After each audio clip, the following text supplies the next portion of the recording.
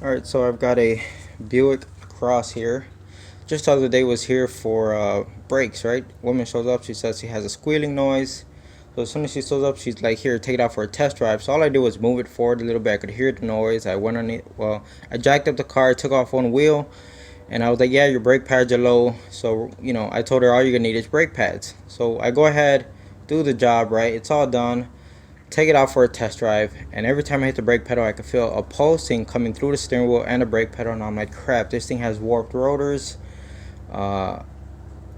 It should have gotten pads and rotors at the same time, and I'm just kicking myself in the head because I should have test driven the car like I normally do and like she was telling me to do, you know, but I was too much in a rush. So basically what it's costing me is doing the job all over again. Of course, no charge this time, but it's a different day and I'm putting rotors on it. So lesson learned, right? I got this Mercedes in the garage, just about ready to change the thermostat.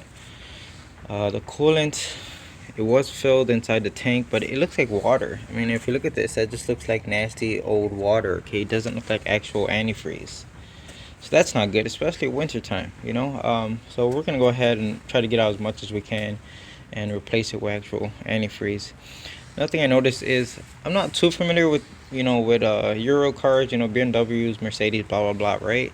But I don't know if these are OEM, these type of like worm style clamps. I don't think it's OEM, but they're all over the car. You see one here, right there, right there, right here, you know, another one right here.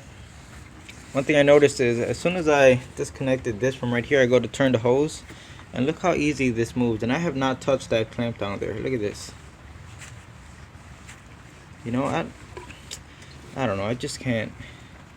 If these are not OEM clamps and someone's replacing them, who is this guy that is doing this in my area? Please just stop. Alright, so I'm just gonna go ahead and pull off this thermostat and just get this party rolling. Get this ball rolling. Get this party started, or this ball rolling. Okay, that's it. Sorry if you can see all of the corrosion inside of this thermostat housing. There's even just a little bit of right where the thermostat would open up. So I could definitely see like a chunk of this stuff falling down and getting trapped inside the thermostat and prevent it from closing all the way. You see all of the junk inside of here? Look at that. Look at that. Just got back from AutoZone, not a sponsor.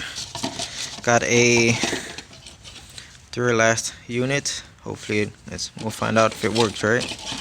And I picked up this antifreeze. Now I checked the color of it, and it's no different from, like, it looks like dirty water. Okay, that's the color of it. So it's kind of similar to the crap that was sitting in here already.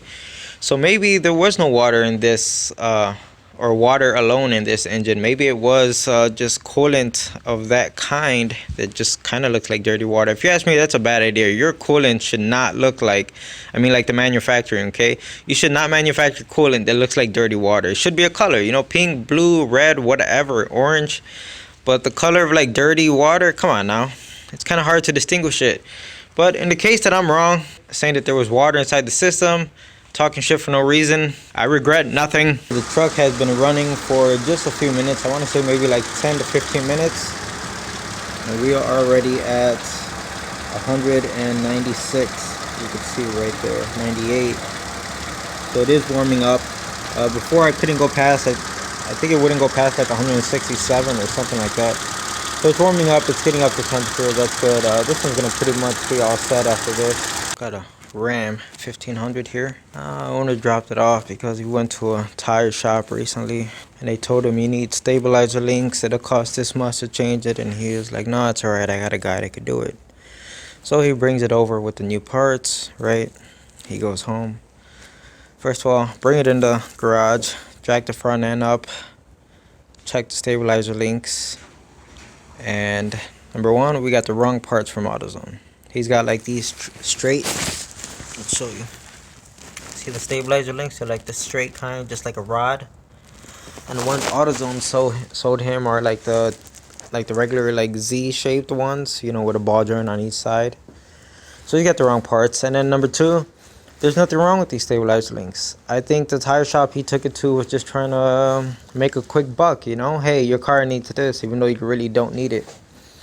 Because I can't find nothing wrong with these stabilizer links. So. Alright, so I was just about to pull this truck out of the garage, and then I noticed it's only been here for a few minutes, and look at this big stain of oil. So it's dripping right off of here. Okay, there goes the oil filter.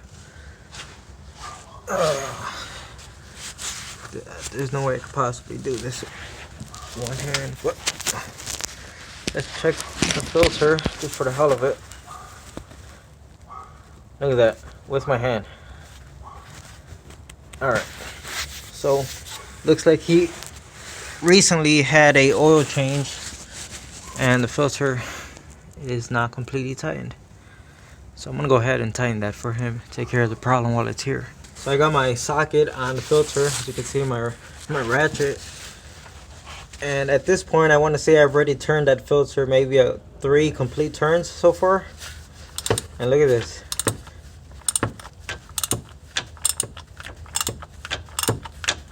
Okay, maybe 3 complete turns was exaggeration. Maybe I turned it like a whole turn and a half.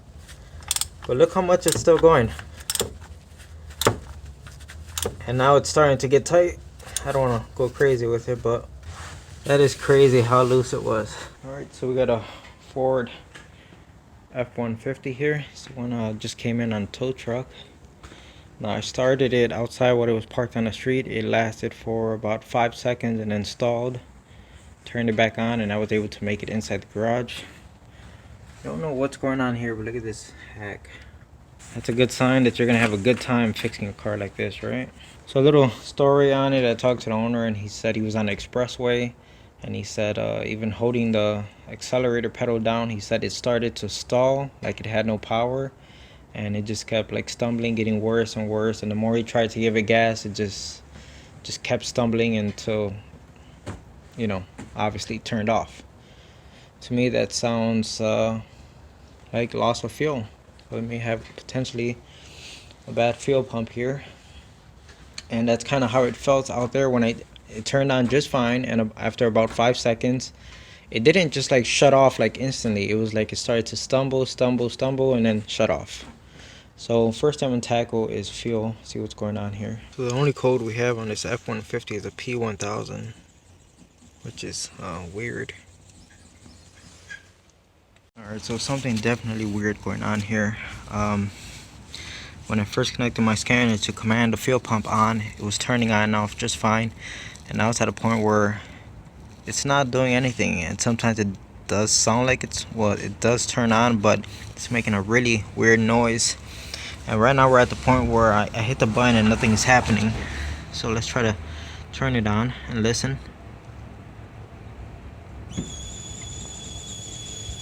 So hopefully you could hear that, but that does not sound normal because it wasn't sounding like that initially. Alright, so his fuel gauge says it's got about a quarter left in it. Let's see if the car start. Truck.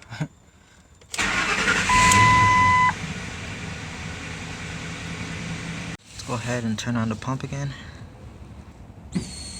Okay, now listen to it. It sounds way different.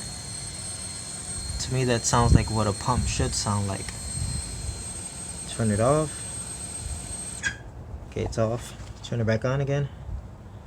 Sounds good. And if we just keep toggling it back and forth, eventually it's gonna start sounding weird. Alright, so this truck has got me pissed off. Freaking Ford garbage. So apparently it looks like the relay for the fuel pump is soldered into the board here, so you can't really get to it, you can't do anything. As far as the fuse, I can't find any freaking information online. I checked, like images, I checked YouTube videos. No one's freaking pointing it out. Which one of these is for the fuel pump, if there even is one. It says check owner's manual. Look in the glove box. Look over here. No owner's manual. Okay. So completely frustrated. I decided to, you know what? Let's just go underneath the truck and look at the fuel pump module. And that's where we find our smoking gun. So I'm pretty much done looking at this car. It's getting a fuel pump module. Let's go look at it.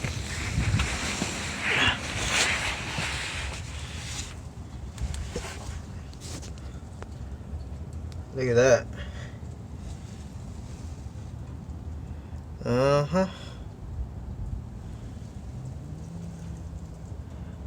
That is crazy.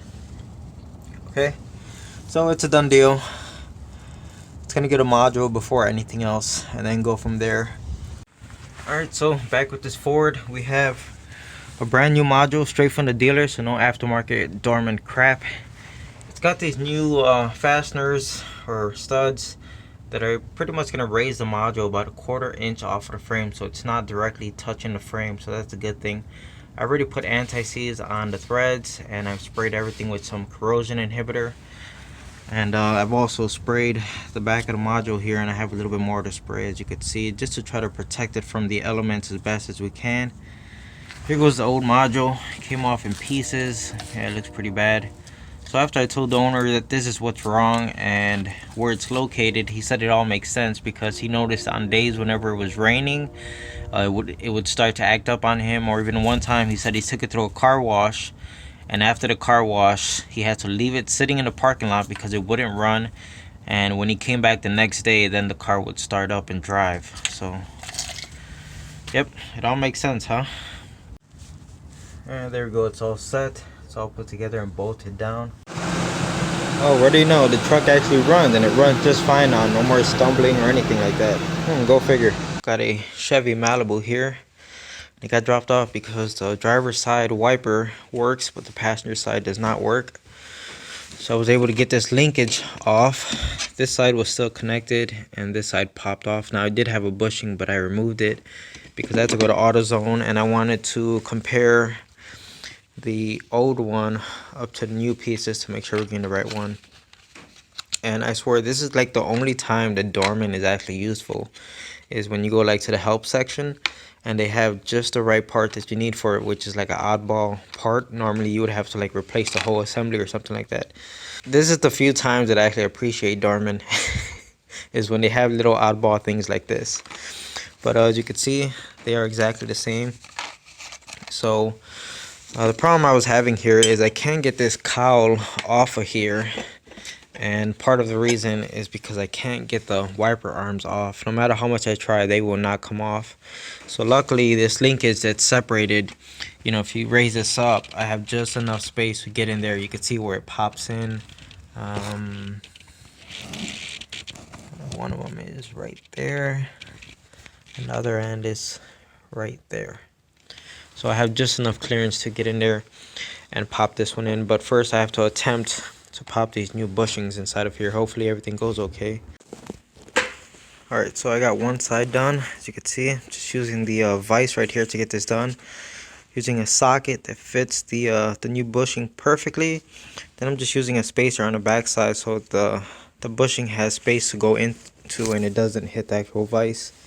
Just gonna go ahead and give it some silicone spray here to help it. And just run her in slowly, it should pop in. There we go. Go ahead and give them a little dab of grease inside of there, and it's ready to go back on the car. Alright, so I'm all done with this Malibu, and you know how I was just praising the dormant help parts for being available to be able to fix things. Well, the problem with dormant is we already know they're pieces of crap parts. This is the few times that I actually appreciate dormant. This is the few times that I actually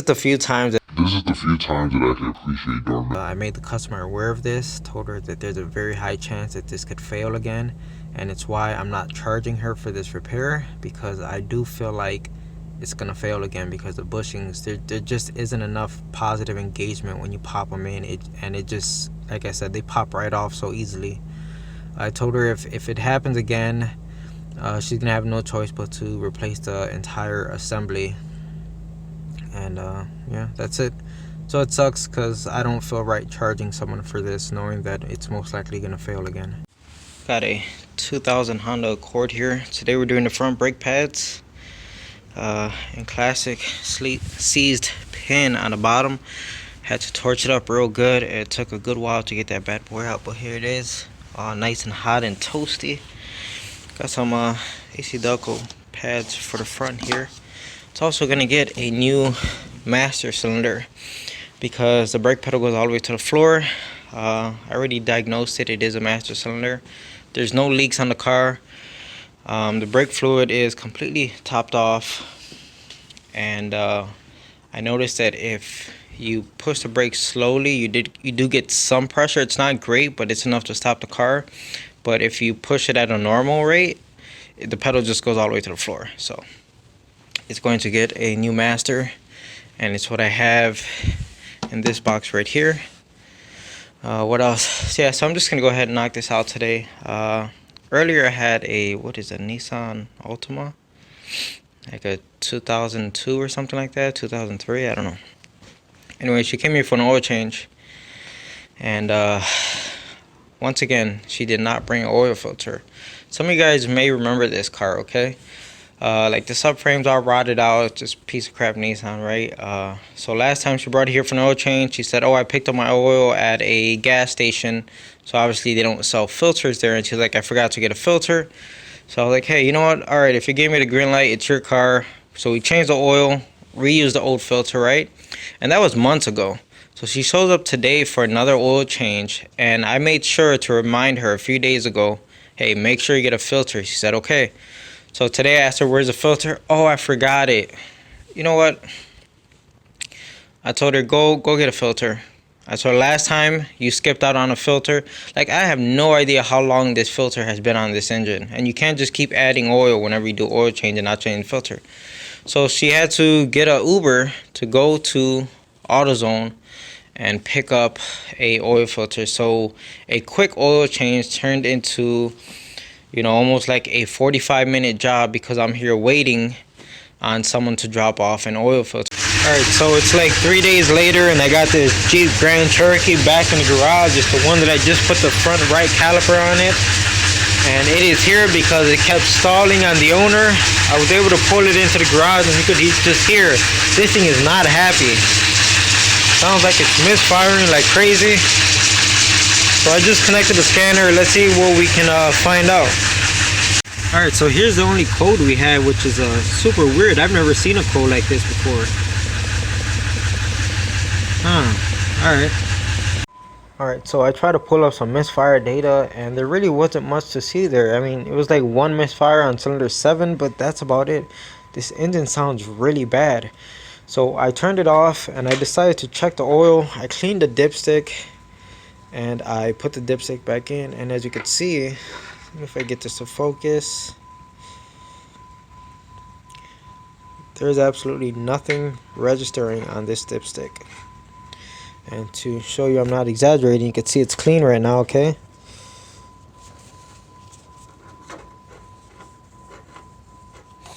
Alright, so let's go ahead and reinsert it.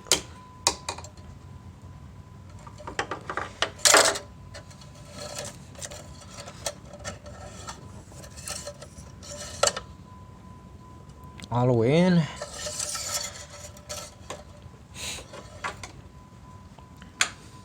ahead and set it back down right here.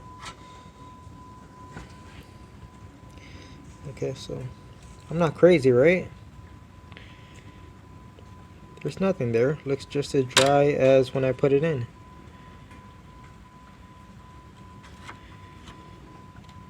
There's no oil in this truck. It sounds like really bad. So what I'm going to do, I still have some brand new oil from my Patreon supporter. Still have some oil left over. Now I could do that, but I'm not thinking. Well, I'm thinking what's going on here. It's not a good situation with this engine, and I honestly don't even want to waste that new oil on this engine.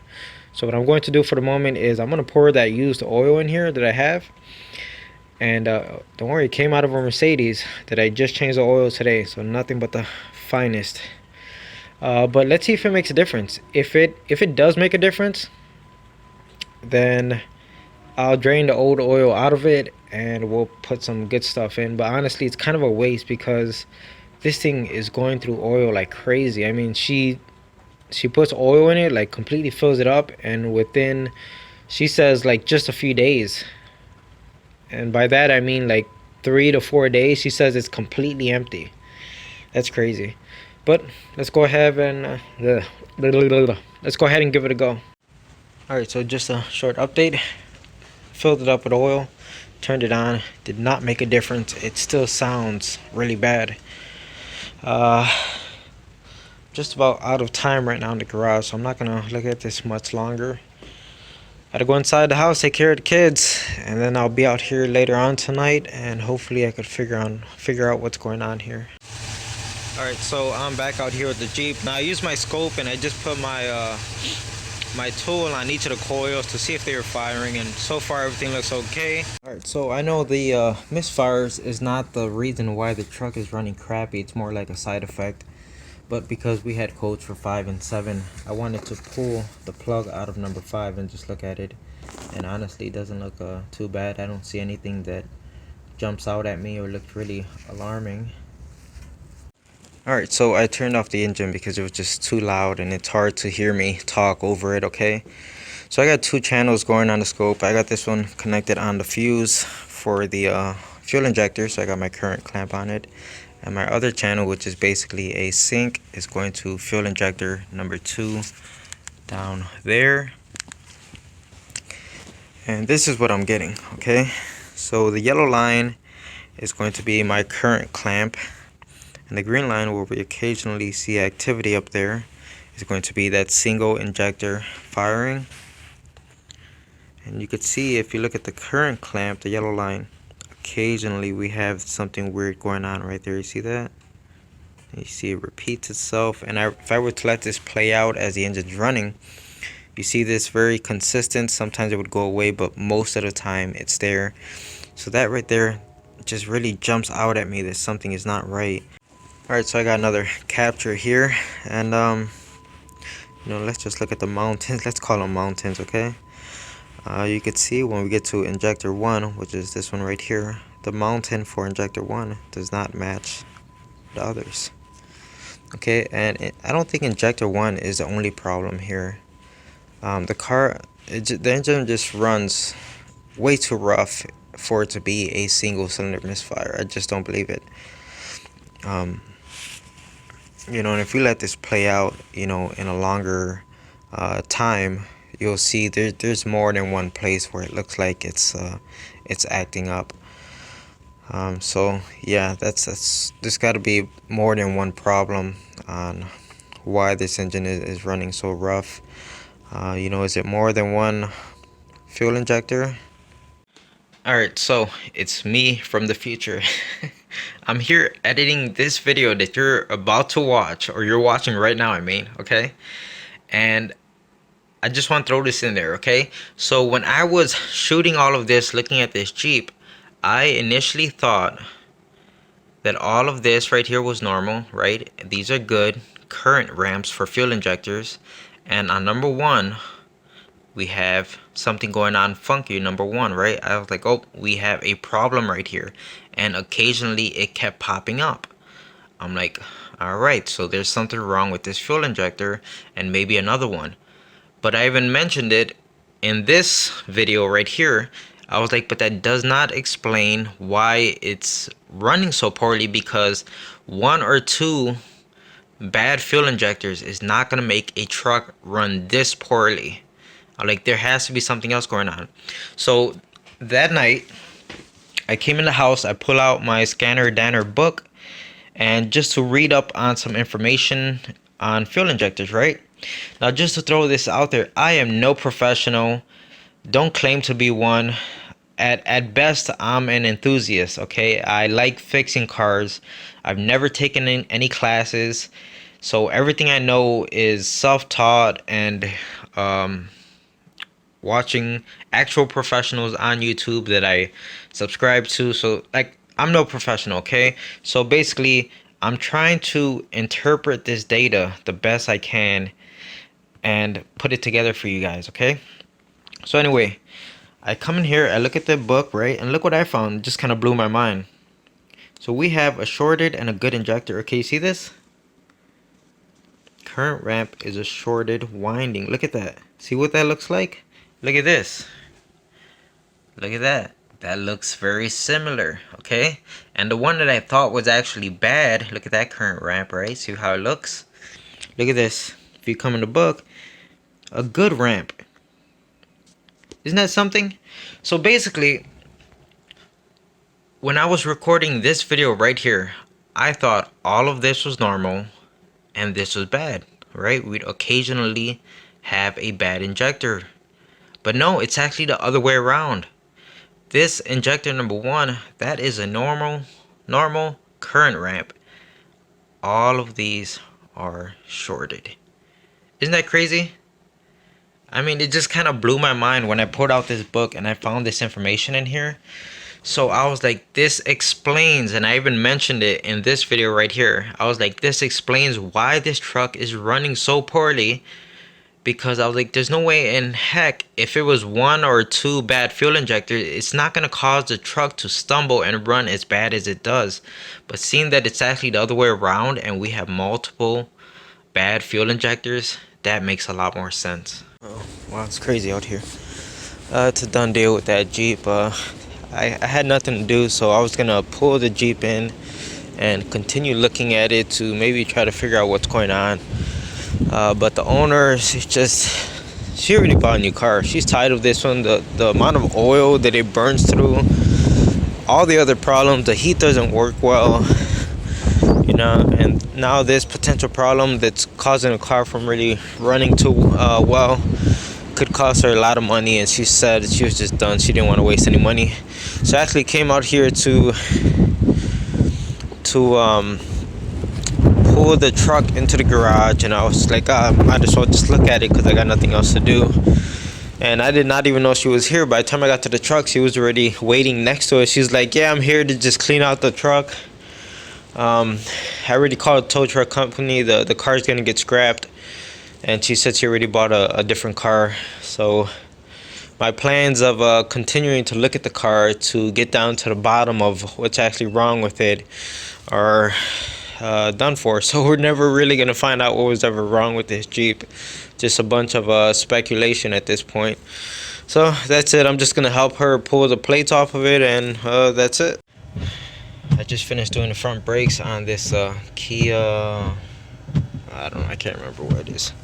But I'm driving a car. There's this like weird fan noise coming from underneath my feet. I'm like, what the heck is this? It's like a power converter that's plugged into the cigarette lighter. It's got this fan. See how loud it is? And then you plug in your regular to charge your phone. Why not just buy the adapter that plugs your phone right into the cigarette lighter? I have no idea what's the purpose of this, but that's kind of funny. It's kind of a hazard too, because as I'm driving, it's sliding around and it could easily get trapped underneath the brake pedal. So that's not good. Got this Toyota Avalon in the garage once again. Last time I was here, it was here. Put a rear door handle on it, and now it needs a front door handle, so that sucks. Also, the radio does not work, so we have a aftermarket radio and a kit to install. I gotta see what's going on here because it doesn't look like we have everything we need to install this, but I'll cross that bridge when I get there. I'm gonna work on the door handle first. It's cold in here. It's see, it's below freezing, or just about. All right, so I'm done with the door handle.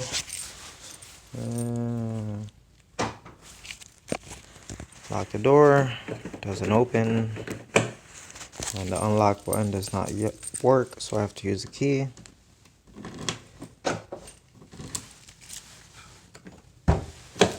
There you go. Alright, so let's move on to this radio and see if we could get it to work. Alright, so it looks like I'm not going to be installing this radio tonight because the new radio is missing the harness. She purchased a harness here, but this I believe would be the harness that goes to the actual car. We don't have a harness going to this radio. Now her sister used to own this radio, and we tried putting it in her Chevy Malibu and ran into the same problem. I was like, hey, I can't put this in your car. There's no harness for it. So she went to Walmart and bought another radio. They're dirt cheap. They're like $30 radios, right? So she bought the same exact radio. We put that one in her car, and she handed this one off to her sister, which is the owner of this car. And now we're exactly in the same boat. We have this radio again, but with no harness for it. You know, it's like, I told her, just throw this radio out because it's super frustrating. There's no harness for it, and it's literally like a $30 radio. I told her, go to Walmart, buy another one, okay? And end of story. That's it. So I'm just gonna put everything away. No, I am not selling her Coca-Cola. It's winter time. It's below freezing out here. I could see this exploding inside of her car. I'm just gonna do her a favor and take this out. Give it to her when she comes to pick up the car. Working on this Oldsmobile Alero. Came in on the hook for a no crank. I tried to use my relay jumpers, but this car has no actual relay for the starter, which is super weird, or at least I don't see it on diagram. So what I got here is I got a wire going down to the S terminal on the starter. Other end is connected to my power probe, so I could manually try to turn the starter while I hit it with this pry bar right here to try to hopefully get it to crank over. But it's not gonna happen because I was just trying that right now, and while I hold down the power and I'm hitting the starter, there was a bunch of smoke coming out of the starter. So it's a done deal. The starter needs to get replaced. That thing's it's smoking so much, it's like it's ready to catch on fire. And I did manually turn the engine over, and it spins just fine. So the owner dropped off a starter with it when the car got dropped off. It's a value craft. So whatever, right? Problem is, I really wanted to get it started so I could at least move it into the garage, but it doesn't look like it's gonna happen. So I'm gonna end up having to freaking change the starter out here in the street. That's not the worst starter to do, but still. I got the starter out, as you can see, not too bad.